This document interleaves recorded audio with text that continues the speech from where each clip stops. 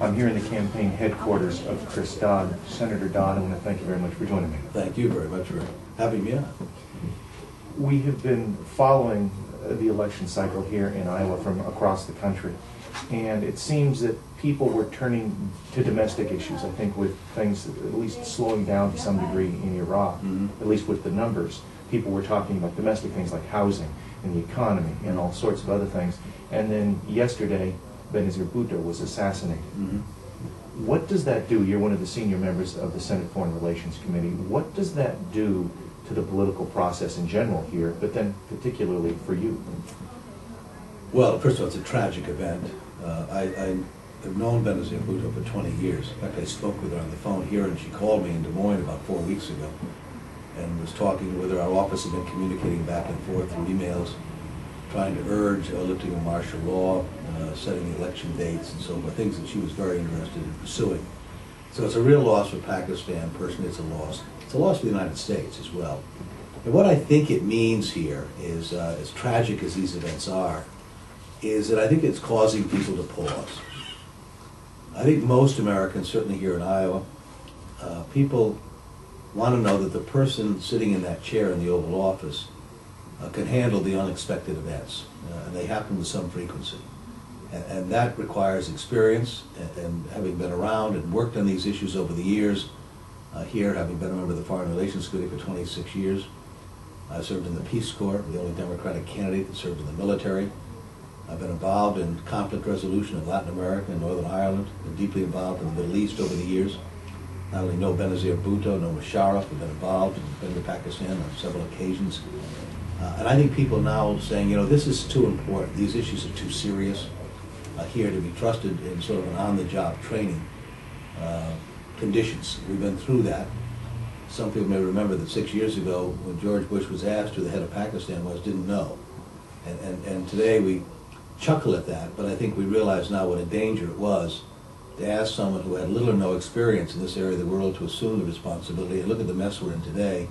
6 years ago, in the wake of 9/11, the world wanted to join us in doing everything they could to help us and themselves get back on their feet again. 6 years later, we find ourselves in a very different position because of, I think, the dreadful leadership at the national level in our country.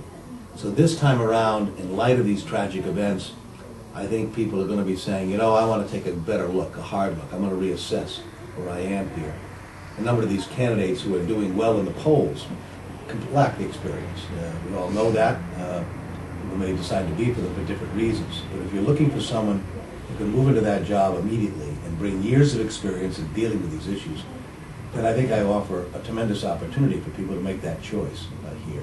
I've been involved in these questions. I know how to produce these results.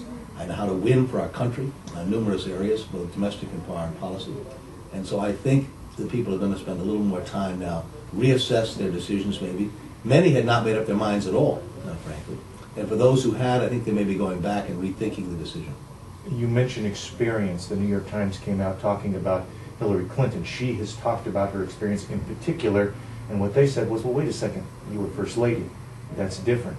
Tell me, is that different? Well, it's an experience. We all have our own experiences. I think Laura Bush is a remarkable individual and done a very good job as First Lady, despite my differences with the administration. I suspect Laura Bush would be the first person to tell you that she wasn't qualified at this juncture to be President of the United States, despite having been the First Lady for 8 years, or 6 years, or 7 years at this point. And I say that respectfully. I think Hillary Clinton has experiences, certainly, having now served in the Senate for a few years, that are different. But nonetheless, just because you've been around it doesn't necessarily mean you're capable of doing it here. And that is a distinction and a difference. That's the same is true with John Edwards. He's been a trial lawyer over the years. The same is true of Barack Obama. Different experiences here. They all have their value. But if you're asking someone to sit in the Oval Office and to handle the unexpected event, particularly one like this, which could change the equation dramatically overnight if the wrong people would end up in control in Pakistan, with a nuclear arsenal at their disposal. This is not a time for people who don't understand this, have been through it, know the personalities and how to resolve these kind of issues, to be assuming the leadership of our country. And I think people are taking assessment of that. It's not a personal attack in any way whatsoever. It's just the reality here. You can have natural ability, you teach, you can marry to someone who is in a significant position. All of those things don't necessarily to be the President of the United States. I was in the West Bank, I was for the elections, I was in Iraq, I was in Baghdad. We talked about democracy. I've heard the president say how important that was. And yet we look at what's happening in Pakistan. You've been talking about that. Who our friends are and who our enemies are.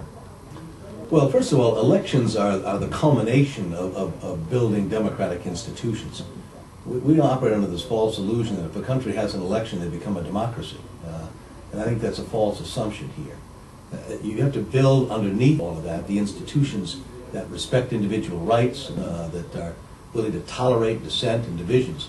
And I think we ought to be careful about rushing to elections all the time as a way of sort of solidifying, in our minds, democracy. You had totally free elections in the part of the world you just mentioned. Most people tell me that the Islamic Jihad or the Muslim Brotherhood would probably win every election by about 80% right now. Is that what we're looking for here? Is that the end result we think would be in our interest or in their interest? Algiers. Perfect example here.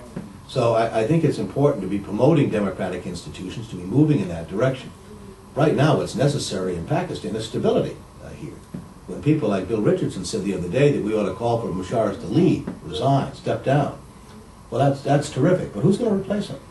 And do you know who that answer? You know the answer to that question. If you don't, you better be careful what you're talking about. You end up with the wrong people taking advantage of this situation with access and control over a nuclear arsenal. We could end up in a very different position. Jefferson, and I'm not suggesting he's a long-term answer. But at this, the last thing we need to do is to throw the ball up in the air without any clear idea what comes next. So stability, to me, is the most important issue at this juncture for us, trying to establish that if we can. So again, I'm all for promotion of democracy here, but this administration is just preoccupied with elections, as if that was the culmination of democracy. We look to some of the other issues that are swinging in the news, and people are looking at those. The economy is one of those as well. People are saying housing foreclosures like we have never seen before, and many are wondering, are we on this precipice of a depression, dare I say the word? You tell me. Well, no, I don't think we're on the precipice of a depression. There's concern about whether or not we could fall into a recession with a couple of quarters coming up here where we have a negative growth rate, and I'm not sure that's going to happen, but there's a greater likelihood of that than a depression. But obviously here, again, the Bush administration was not on the beat here. We now know from the Federal Reserve staff at the Federal Reserve Bank that they began to get indications that there was going to be a housing market crisis 3.5 years ago and did nothing about it. When they had the responsibility as the chief regulator here and were given the authority by a legislation adopted in 1994 to specifically deal with deception and fraud in the mortgage industry and did nothing about it whatsoever. In a regulated business, did nothing about it whatsoever. And so, first and foremost, I've suggested what needs to be done is to make sure we keep people in their homes who are living in their homes who are facing foreclosure by settling on a teaser rate or a fixed rate over that instead of these adjustable rate mortgages that reach a level that people could never afford to pay. That seems to me in the lender's interest and in the borrower's interest here. We're not going to be well served people being thrown out of their homes. They're going to obviously be in trouble. And the banks are going to be in trouble because they're collecting nothing from those mortgages. So right now we're in the midst of trying to stabilize that situation.